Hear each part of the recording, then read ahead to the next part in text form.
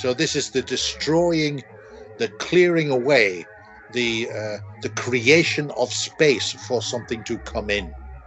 Right? So we have to assimilate that. The first thing that has to be done is to understand exactly what that is, and not just to understand in an intellectual way. This has to be a real physical fact, to experience that clearing away to make space.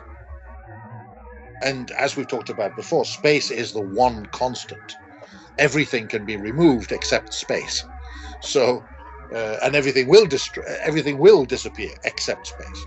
So this table, this computer, me, you, everything, people listening to this will disappear, will turn into nothing, will turn into dust. But space will remain. So space is seen as the creative place. It's the source of everything. Creation depends on space. So without space, there can be no creation, basically. So to assimilate this whole thing is the first task. And that's the subject of the first track, which is the first side of the first 7-inch record, on assimilation. So it's not doing that. That's why it's called on assimilation. It's dealing with that subject. It's pulling it to your attention. It's pulling it up so that you can look at it.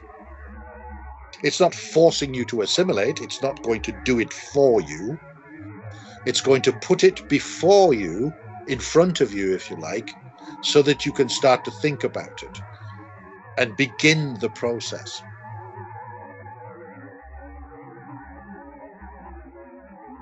Some people will need much more time to get in that state.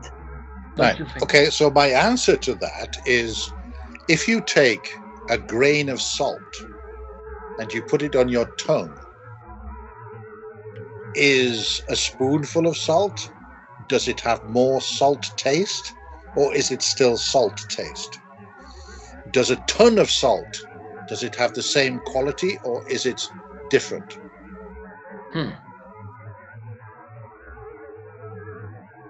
And the answer is, of course, it has the same quality. There is the same quality, not quantity. The same quality runs through one grain as does a ton of it. The same is true of the sea. One wave of the sea is not more sea-like than the rest. Yeah. Right?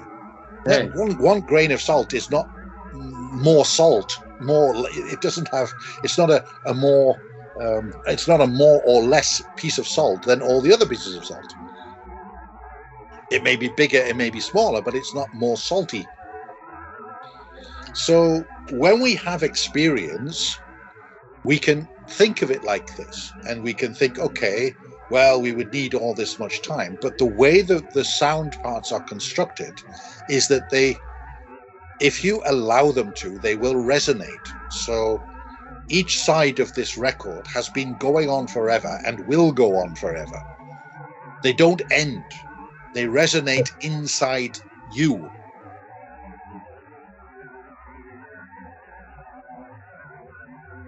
So when you really learn, you have lost something.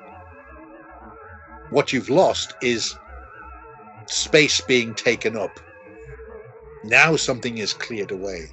So learning in this way of thinking is not building up many, many, many facts and impressions and experiences and all this. It's the exact opposite. Mm-hmm. And that, of course, we're not trained how to do that. We're not given any encouragement to do that in, normal society. Accumulation is what it's all about. Whether it's money or experiences or knowledge or whatever it happens to be, more is better.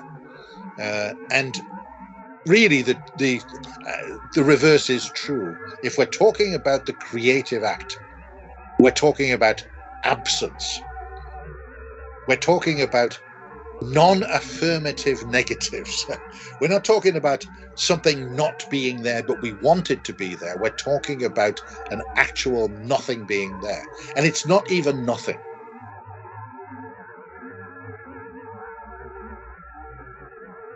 most people have this idea of freedom as being they can do what they want, which is basically chaos, because they don't know why they want to do things. They don't have any idea that they are in fact being controlled by automatic reactions to external circumstances, and they just bounce from one accident to the other, basically.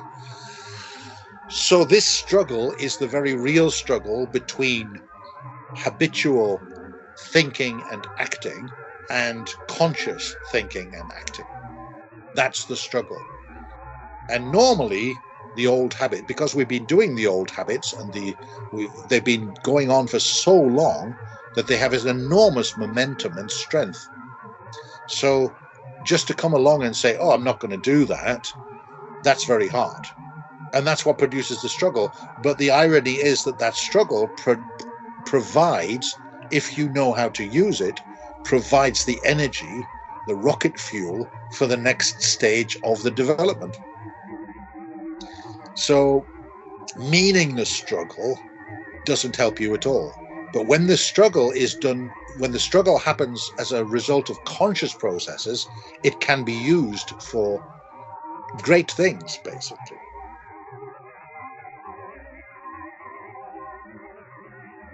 So the evidence itself are the bare facts there, without any interpretation.